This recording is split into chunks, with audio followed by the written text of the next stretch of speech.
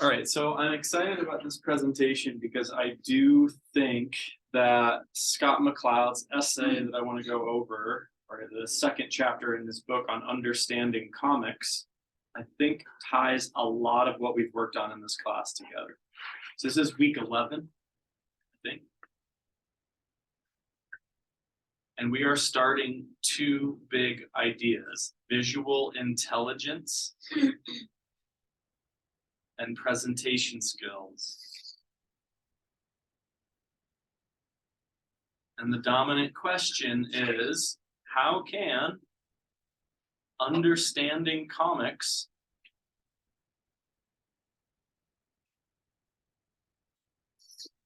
help us be better writers?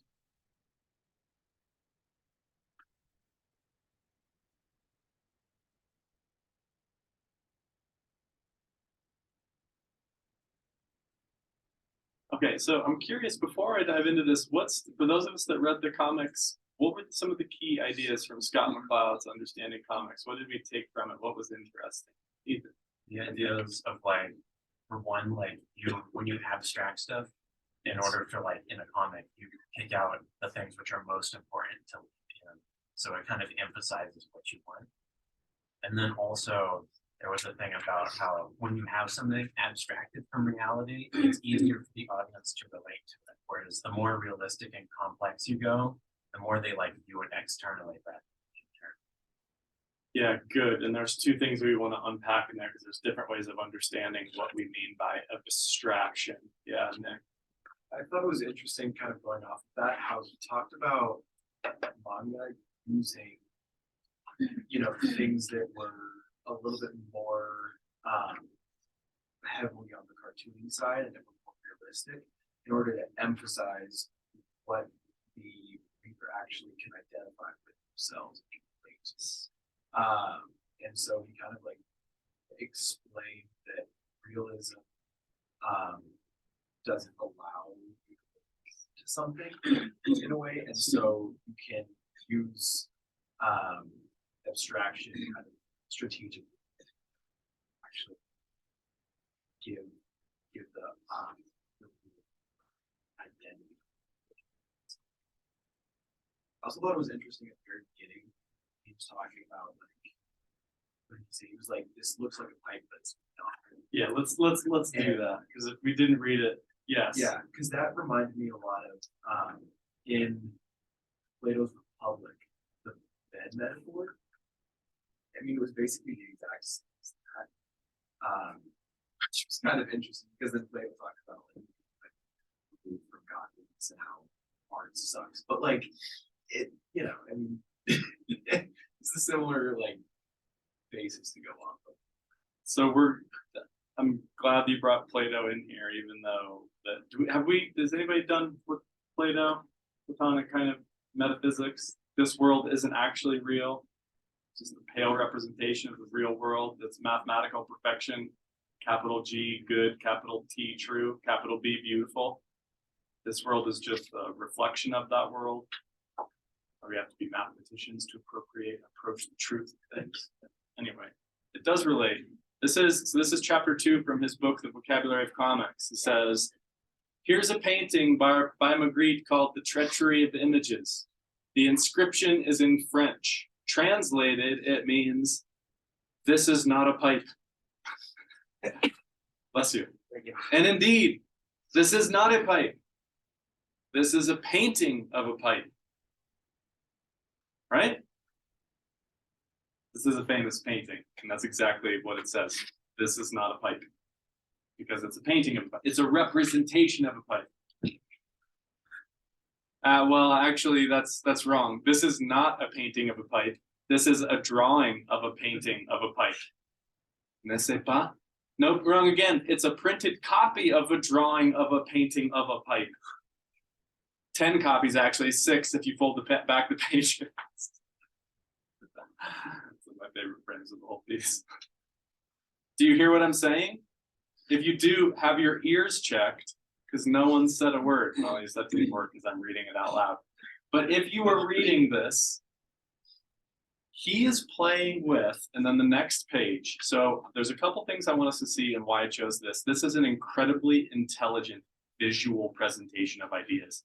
I want us to notice how he sets this up almost like a PowerPoint presentation with the same image with a little bit of different text. So by the time you get to this one, your brain kind of relax a little bit because you kind of know what's coming up. And then he's playing with that tension. This is like exactly what good musicians do, according to Jacob Collier. You're setting up expectations and playing with that expectation. Then he goes, boom, big change. Welcome to the strange and wonderful world of the icon. So in our notes, what is an icon? Yeah. He said it was something used to visually represent an idea, place, thing, whatever. It's a convenient symbol used to represent something else, right? It's not a symbol. It's a pictographic representation. Representation. This is not a pipe, it's a picture of a pipe. This is not a country, but when we see this image, what do we think of? Country. These are not ideas. This is too good. These are not people. This is not a leaf. This is not music. This is not a sound. This is not law. This is not a car.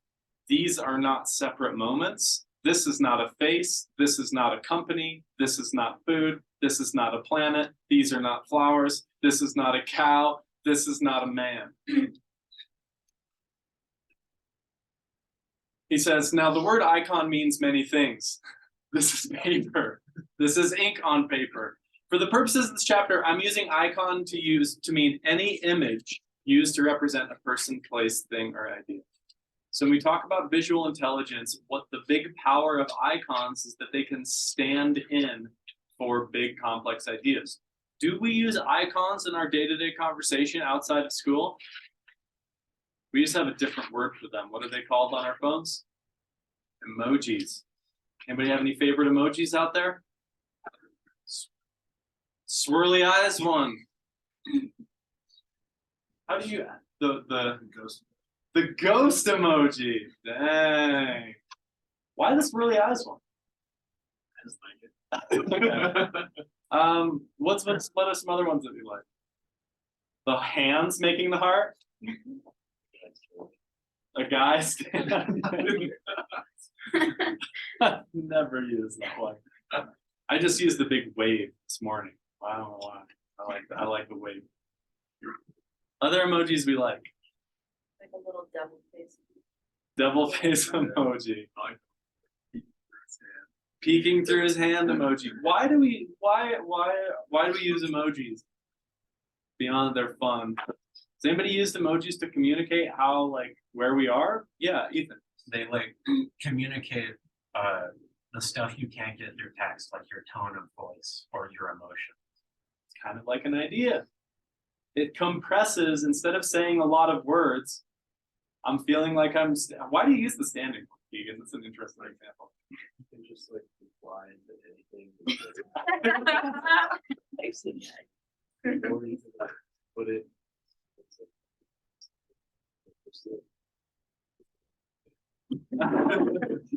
Okay, that's amazing. Why is this important? Why pause on this frame for so long?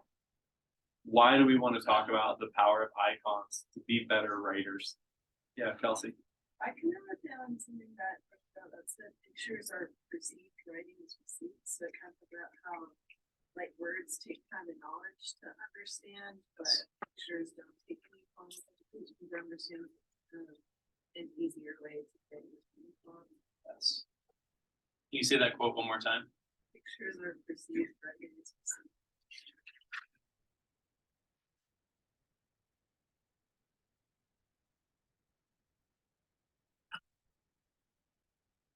And perception, icons and pictures, I'm going to paraphrase what you said, are faster and easier for who? For the viewer or the reader.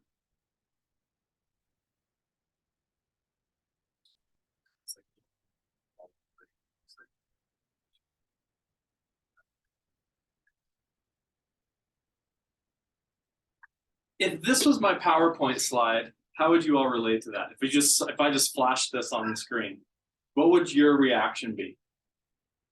Oh God, how long is this gonna go on? This doesn't look easy or fast.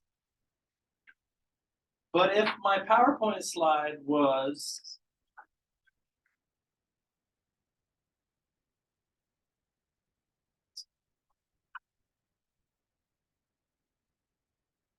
what's your reaction?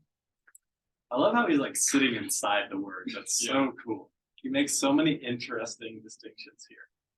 Okay, so does that make sense? We've also heard in my notes, this makes me think of a picture's worth 1,000 words. And what is writing economy? We defined writing economy earlier in the semester. I say you want to have good writing economy. What does that mean? How much you say and how few words. Basically can take the meaning of your message divided by the words you don't need, and that's kind of your writing economy. Have you ever used emojis in an academic essay? Why not?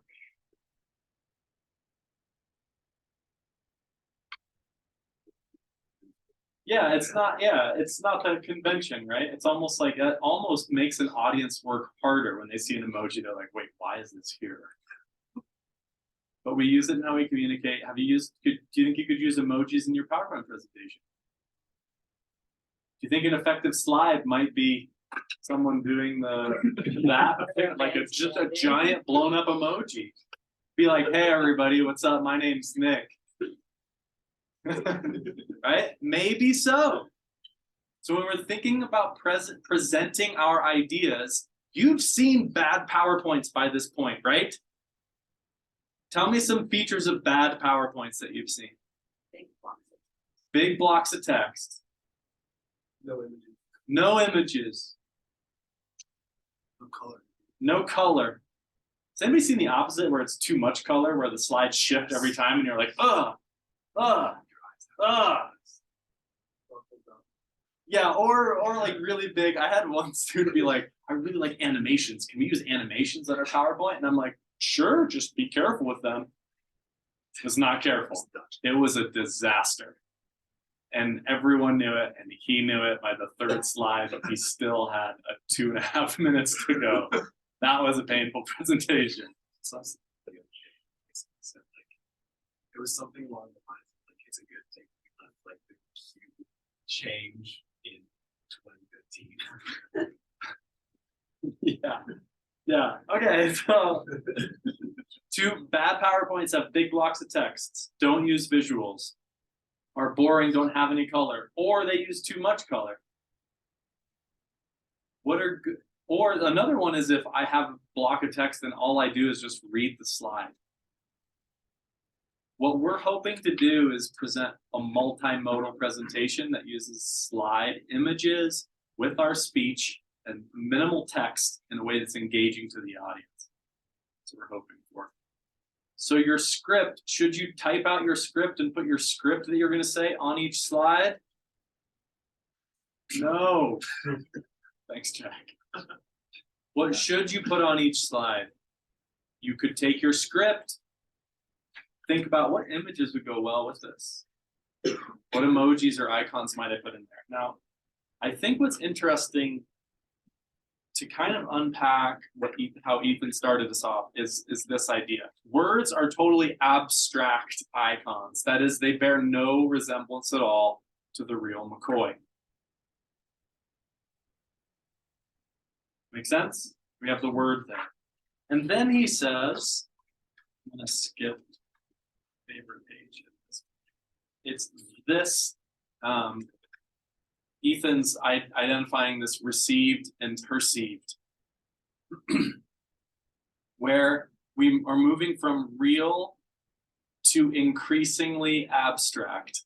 Thy youth's proud livery, so gazed on now. Very abstract in a script that's difficult. So when pictures are more abstracted from reality, they require greater levels of perception, more like words. When words are bolder or more direct, they require lower levels of perception and are received faster, more like pictures. This is really interesting. So he's saying on this side, When words become more bold and direct, they require lower levels of perception. Which is easier on you to understand? Thy youth's proud livery, so gazed on now, or face? If I'm talking about a face. And in the middle, 2 eyes, 1 nose, 1 mouth. Likewise, on the left side, the face, the 2 dots in the line, is the thing that's most like a word. So in your presentations, where do you want to live in your presentations to make it as easy and fast on your audience to get complex meetings that you've found over the past 3 weeks? In the middle of this diagram, right? Big bold letters, big bold words, simple images that don't require a lot of perceptions. It's not like a Where's Waldo game where you show an image and you're like, wait, what am I seeing here? People know exactly what meaning it is that you're describing. So he goes over this whole, and this is a fun, like when we look at abstract art, usually the word abstraction refers to non-iconic variety, and this is into the deep weeds of how comics actually work on a conceptual level, but you can kind of see how he's like walking up the stairs until he becomes this abstract representation, right? But what he's meaning here, he gives us this whole, and I don't think you need to really see the whole triangle of comics. This is maybe less interesting, but this is where we go. I chose ours is an increasingly symbol-oriented culture. As the 21st century approaches, he wrote this. Visual iconography may finally help us realize a form of universal communication. Notice he doesn't have emojis on here. This was before emojis and smartphones. Society is inventing new symbols regularly, just as artists do. Okay, actually, back to this. This was my favorite part of the reading. Your mind has no trouble at all converting such shapes into faces. Yet would it ever mistake this for this? We humans are a self-centered race.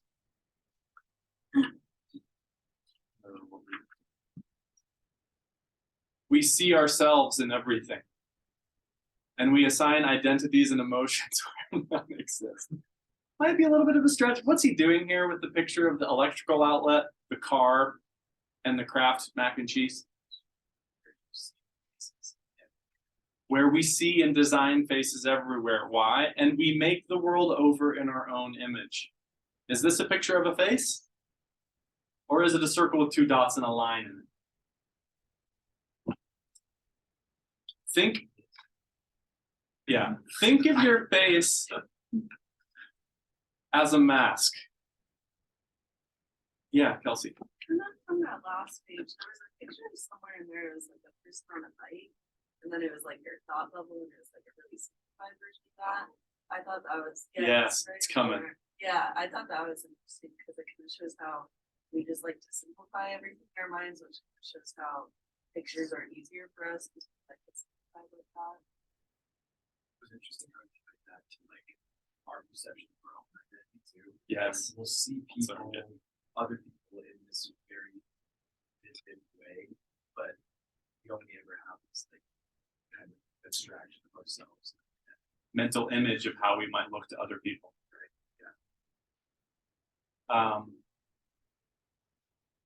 Yeah. Yeah. This is, I wrote down in my notes that this is about identity. Our identities belong permanently to the conceptual world. They can't be seen, heard, smelled, touched, or tasted. They're merely ideas. And everything else at the start belongs to the sensual world, the world outside of us. Gradually, we reach beyond ourselves. I just can't believe how brilliant visually this text is. We encounter the sight, smell, touch, and taste and sound of our own bodies and the world around us, and soon discover that the objects of the physical world can also cross over and possess identities of their own, or as extensions, begin to glow with light. Does anybody ever wear a big hat like that around? Anybody have the identity where you're like, this is me, motherfuckers. I'm the guy that wears this hat around. And I'm gonna shine, shine, shine with the tall, tall bowler cap. You have a problem with me? You have a problem with my bowler cap. If you have a problem with my bowler cap, you got a problem with me. This is who I am. Was it this class where we talked about wearing a collar hat? Yes. Yeah, so this move we lend to them by de-emphasizing the appearance of the physical world in favor of the idea form. The cartoon places itself in the worlds of concepts. It's a beautiful, beautiful frame. And I want to kind of back up because just this idea of think of your face as a mask. That's what it is after all. A mask facing outward, worn from you the day you were born, slave to your every mental command, seen by everyone you meet, but never by you. Now open its eyes. Now its eyes, open its eyes now. Just think it, the mask will obey. Fucking crazy. All set? Good. Now smile. Come on, nobody's looking. Good. Now what changed when you smiled? Did you see? Nothing, right? Yet you know you smiled just because you felt your cheeks compressed with a crinkling around your eyes. You know you smiled because you trusted this mask called your face to respond. But the face you see in your mind is not the same as others see. When two people interact, they usually look directly at one another, seeing their partner's features in vivid detail. Each one also sustains a constant awareness of his or her own face.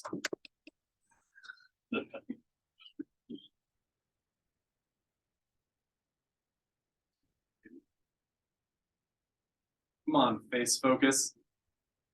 Is this blurry to anyone else? Yes. Okay, good. Okay, here we go. Each one also sustains a constant awareness of his or her own face, but this mind picture is not so vivid. It's just a sketchy arrangement. A sense of place, a general sense of placement. Something as simple and basic as a cartoon. Thus, when you look at a photo or a realistic drawing of a face, you see it as a face of another. But when you enter the world of the cartoon, you see yourself. I believe this is the primary cause of our childhood fascination with cartoons, though other factors such as universal identification, simplicity, and the childlike features of many cartoon characters also play a part. The cartoon is a vacuum into which our identity and awareness are pulled, an empty shell that we inhabit, which enables us to travel to another realm. We don't just observe the cartoon, we become it. That's why I decided to draw myself in such a simple style. Would you have listened to me if I looked like this? Okay. There's also my last frame before we talk about this. It says, the late great Marshall McLuhan observed a similar form of non-visual awareness when people interact with inanimate objects. When driving, for example, we experience much more than our five senses report. The whole car, not just the parts we can see, feel, and hear, is very much on our minds at all times. Let's hope so. The vehicle becomes an extension of our body. It absorbs our sense of identity. We become the car. If one car hits another, the driver of the vehicle being struck is much more likely to say, hey, he hit me, than he hit my car, or his car hit my car, for that matter. Our identities and awarenesses are invested in many inanimate objects every day. Our clothes, for example, can trigger numerous transformations in the way others see us and in the way we see ourselves. What does this have to do with writing? Oh, and side note, by the way, has anybody experimented with this, dressing up when you're doing work at home? I did at the beginning of the pandemic. Fucking crazy. Putting on your best work clothes to do work feels different than doing work in your pajamas. I can certifiably say if you haven't played with that, you might want to. Next time when you're just doing work at home, take a shower, put on your best clothes, look in the mirror, be like, let's go. Look at you there, and then get to work. There's some interesting research around. Okay, what does all this have to do with writing and presentations?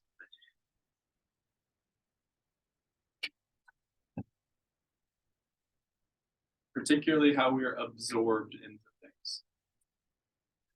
I'm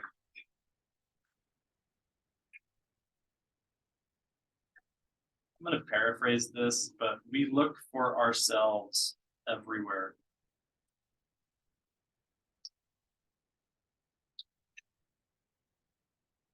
What we value and what we identify with. And now we can tie this in really well with Damien's presentation. Damien said that we think in categories, right? The first category when we see something based on our animal brains is what? Do we remember? Is this safe or not?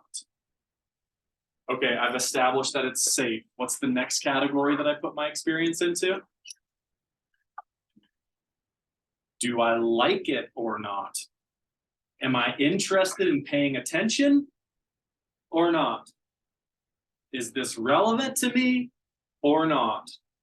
If it's not relevant, what do? Swipe away, baby. Peace out. If it is relevant, then we start actually looking for ourselves in there. How does this relate to me? What's going on? How does this relate to writing? If you don't convince your audience that what you're doing for them is valuable for them, they're going to check out. How do you do that? You create it as open as possible for them to find themselves in your work. This should be pulling a lot of different ideas that we've encountered together in like communicating effectively to provide value for an audience.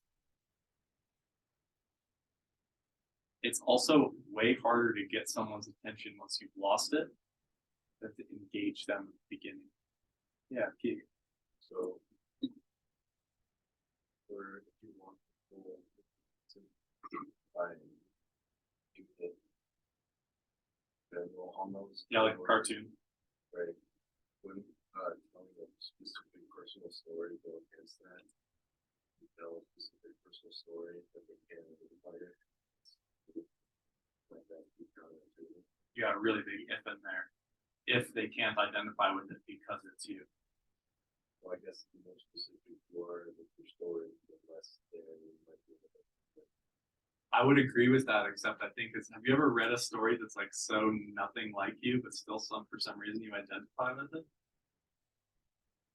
Like weird memoirs, you're like, oh shit, that was a crazy experience. And for some reason, I mean, not as like a voyeur, like I'm like looking from the outside, but I somehow feel like implicated in this. Like your unique experience, when you go really unique in your experience, I feel that reminds me of my unique experience. Also.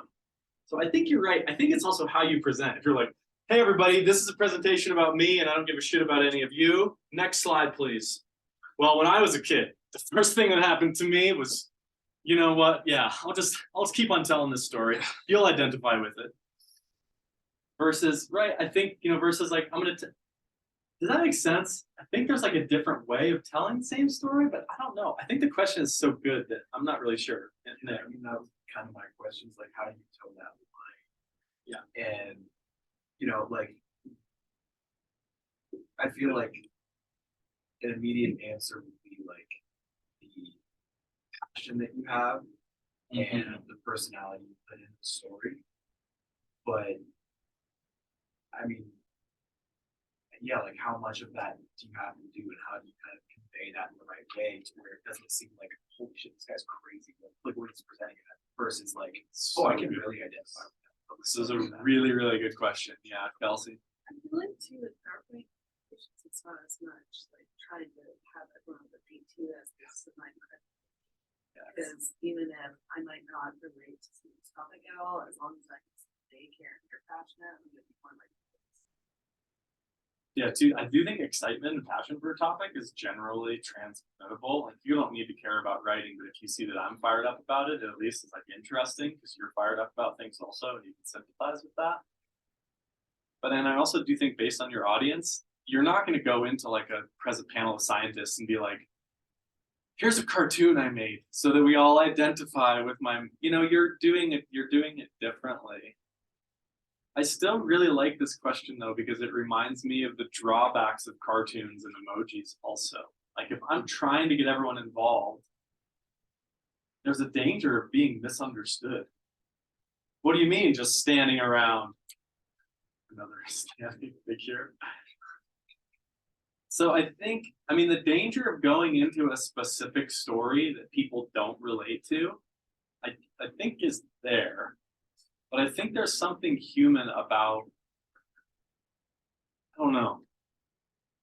I feel like if your story is relevant and can be conveyed rather quickly, people like stories, I feel like. So it's more engaging and entertaining. I also feel like that's another interesting question, like thinking about your topic in particular, Kelsey, is like, how entertaining does your presentation need to be? For your audience, probably not that entertaining. Like they want information, they want credibility, they want data, they want results. But if you can intersperse like the equivalent of Damien's like bringing in crayons and watercolors to the board meeting, I think that kind of value buy-in, the emotional aspect of it, I think that could be powerful as well.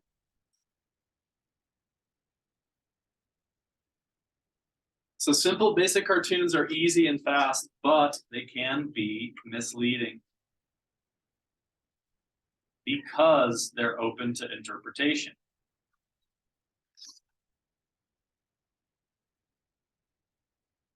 It's interesting that I feel like this is one of the reasons why I love reading so much, where other people do not. And I grew up reading Calvin and Hobbes. It was my first like real love of reading. Anybody else read Calvin and Hobbes when you were a kid? It's incredibly smart, incredibly visually interesting. And not only when you see a cartoon, you can kind of interpret it in the way that you want, but I kind of got that approach with writing as well. It's like when I read something like Bitzer, I'm like, I'm playing this interpretation game. What does this stuff mean to me? What is he actually saying? And I don't think, so I don't know. This reading is really interesting to me insofar as it connects with how we present our communication, particularly beyond and outside of the academic essay genre. Cool. Any other thoughts or things from the reading that we missed that are interesting?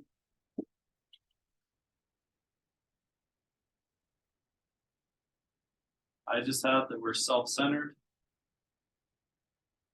Do we agree with that? We're self-centered. We're looking for a kind of identifying. And how we portray what we like, how we show up, I think is an interesting question. I think going back to that idea of us as self-centered creatures was I really liked where he had the abstract shaped, he put the two circles in there. Now you see that as an eye and you see all of these faces. I thought that was a really good demonstration of it. This one? Yeah.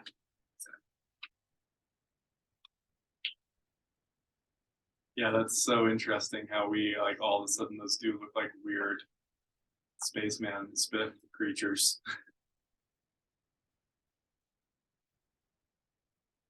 I also think that why are we so involved is a really interesting. Why is our culture so in the thrall of the simplified reality of the cartoon? And that's what he ends up with. So the final frames here, he goes over the different types of comics. Did you guys read Mouse?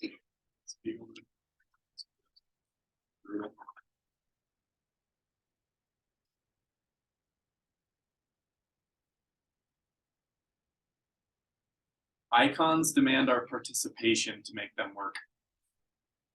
There is no life here except that which you give to it. It's your job to create and recreate me movement. Oh, right. It's your job to create and recreate me moment by moment, not just the cartoonists. It's been over 20 years since McCloud's first observed that those people growing up in the late 20th century didn't want goals so much as they wanted roles. And that's what visual iconography is all about. That is really interesting. As it happens, only two popular media were identified as McCloud as cool media, that is, media which could command involvement through iconic forms. One of them, television, has reached into the lives on every being on Earth, and for the better or worse, altered the course of human affairs from here until doomsday. The fate of the other one, comics, which he defines as sequential art, is anyone's guess. he's kind of leaving this open to how we might use comics. This is not about using comics. For our purposes, it's about using 12 frames, much like this is a frame, to convey complex idea in simple of a way as possible, to engage all of us, try to communicate the information you have to give us. Cool. On Thursday, we're gonna have more of a work day. We're gonna try to tie our pre-writing together that we've done about the values that you've identified. What kind of images, just some nuts and bolts of where to find images online, how to start building your PowerPoint. I'm gonna bring your work and have opportunity to get some feedback there. Also have a really fun exercise that haven't given us yet that should be a good way to break up this work. My favorite tricks next time. Questions about your topic or otherwise, let me know. Hope you have a wonderful day and we'll see you next time.